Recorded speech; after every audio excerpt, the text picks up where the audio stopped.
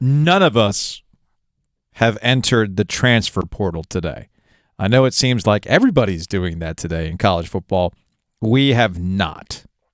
Mainly because there's no NIL package, at least for me, Giglio. I don't know about you, but I know my market. There's no NIL bag waiting for me on the open market right now. You'd be surprised, Joe. There's something for everyone. You've taught me this. You know what? Maybe I should have entered the transfer portal. You've taught me this. Just to see what's going on with that. Look, we've essentially been calling our shot with this. We've seen it in college basketball. We're used to it in college basketball. But with name, image, and likeness, all of the hand-wringing about it has finally come to fruition that you were going to get free agency. Free agency's on the horizon. There's really no other way to describe what we're seeing today. I feel like when I open up Twitter or when I go to the usual websites that I go to in a given day, it really did feel like the only thing that was missing was like a Woj bomb NBA free agency tracker or TSN on NHL free agency day or the trade deadline, which is also equally nuts on TSN. It was that level of stuff to keep up with. And if we're just sticking around with the ACC, Giglio, did you start in the ACC this year? Chances are you've entered the transfer portal. Right now, you've got Devin Leary, NC State, entering the transfer portal. We knew that DJ Uiagalelei, when the season came to a close, was going to enter the transfer portal from Clemson. Brennan Armstrong, that was announced earlier, from Virginia. You got Phil Dracovic of Boston College. You got Kenan Slovis, who was already a transfer, who came to Pitt, who's going to transfer again somewhere else. Jeff Sims at Georgia Tech.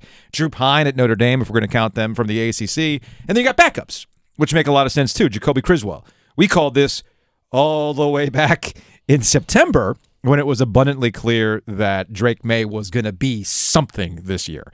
Criswell announced right when it was almost like when the game was over. Criswell had his graphic tweet ready to go. For the record, I'm okay with this. Everybody's making money in college football except the players. And the players are what make this thing go.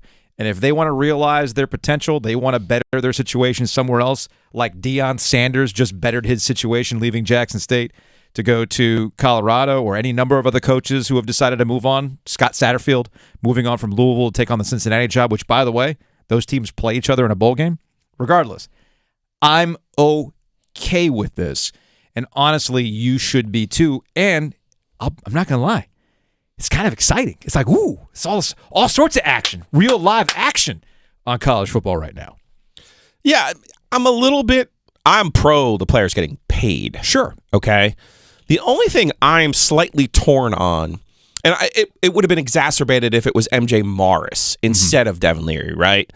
Or a Riley Leonard at Duke. In my opinion, right, I would like to see you be rewarded for recruiting an MJ Morris, for recruiting and developing a Riley Leonard.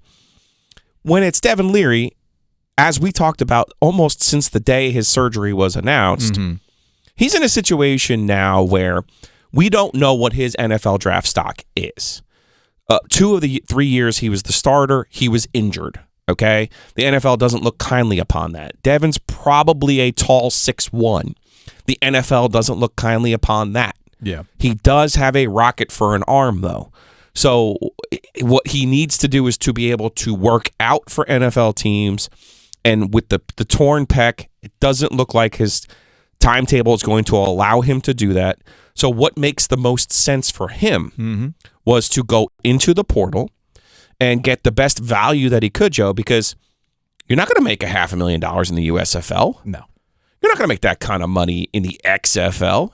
You're not going to go, play in Johnny Manziel's indoor league where the fans call the plays. And, so it's a legitimate opportunity for him to make life-changing money. Right. And I am pro that. But I would love for these schools to come to their sensibilities and realize you're better off if you believe in MJ Morris, if you believe in Riley Leonard, give him a 4-year contract out of high school. And now all of a sudden he can't leave. Okay? Because if somebody wants to come and get him, you have to deal with him. Yeah. That's how it works. Or if you want to go, as David Hell suggested to us during the ACC Fan Fest, David Hell from ESPN, Do it European soccer style. Oh, Alabama, you want Riley Leonard now? Well, you're going to have to pay for him. You can buy him. You can buy him from us. You can buy him from us. So, and also part of this equation, Joe, with NIL, don't forget, it's still the fans paying for it. Even if they're rich fans, it's the fans paying for it. This is not a cut into the TV revenue. Yeah. This is not the players getting a cut of the ticket revenue.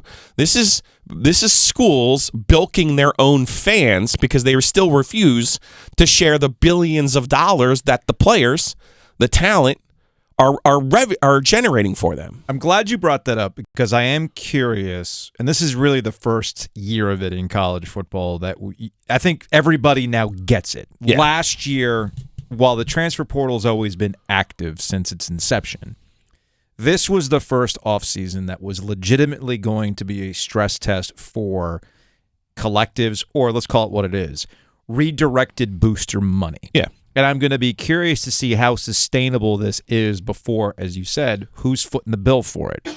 Big-time boosters. Just like big-time boosters were the ones footing the bill for the renovations to the football facilities, getting the slide, getting the water feature, getting the sleep pods, adding a blue zone at Carolina, adding to Vaughn Towers and the Dale Club and those types of things. That's how schools extracted you from your money if you truly loved the school, and that's how you would flex on your other fans, your other big money fans. We saw this. I credit Greg Schiano at Rutgers from a couple of years ago, knowing full damn well, like, hey man, we're not going to compete on facilities, but now this name, image, and likeness stuff, we might be able to compete and get some guys with NIL. He was the first one to truly call it out. Clemson a couple of weeks ago was fascinating in that they put out a sizzle reel, essentially saying, hey, all of the collectives, let's get together and pull this stuff together for the betterment of the university. This is how we're going to elevate our program. It's almost like, hey, did we keep the receipt on the slide? Did we keep the receipt on the bowling alley and the putt-putt green? Because now we need that money back to secure the level. And this is where I'll wrap my point on this.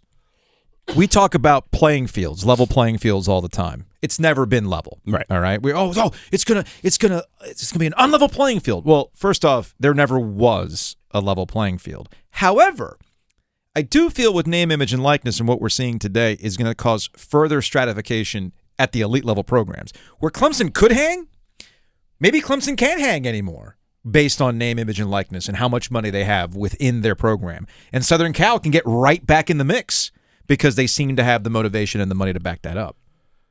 My big question is looking at Miami, looking at Texas A&M. What happens when you do have the money and you still fail, right? Yeah. We've brought this up before. It's about the coaching and it's about the decisions that you make. So those are the big changes that are coming, but it always comes back to, do you have the right people running your program? Because no matter how much money you have, it can still go this way, that way, and the other way. Literally, just look at Texas A&M and all of the players they bought recruiting last year, and they're all gone. They've all left. Like, it's nuts. And if you just think you're going to get a quarterback for nothing, I got news for you, man. That's a tale as old as time. You know what I mean? You bring up Texas A&M for the longest time, and it continues to be. Texas, they got one of the largest athletic budgets in the world. They have a motivated fan base. They are a national brand. They can't get out of their own way. Before Nick Saban came to Alabama, Alabama was wandering through the wilderness trying to find the next guy. One of the guys ended up at a strip club and didn't have the job anymore, but that's neither here nor there. The point is... It's rolling, baby. It's rolling, baby. The point is, coaching is always going to matter. And to a certain extent, we saw this on Saturday at the ACC Championship between Clemson and North Carolina. You can have all that 4- and 5-star talent, but if they don't develop through the year and you essentially play the same game throughout the year and other teams get better or they understand what you're doing, you end up getting results like we saw on Saturday between the Clemson Tigers and North Carolina.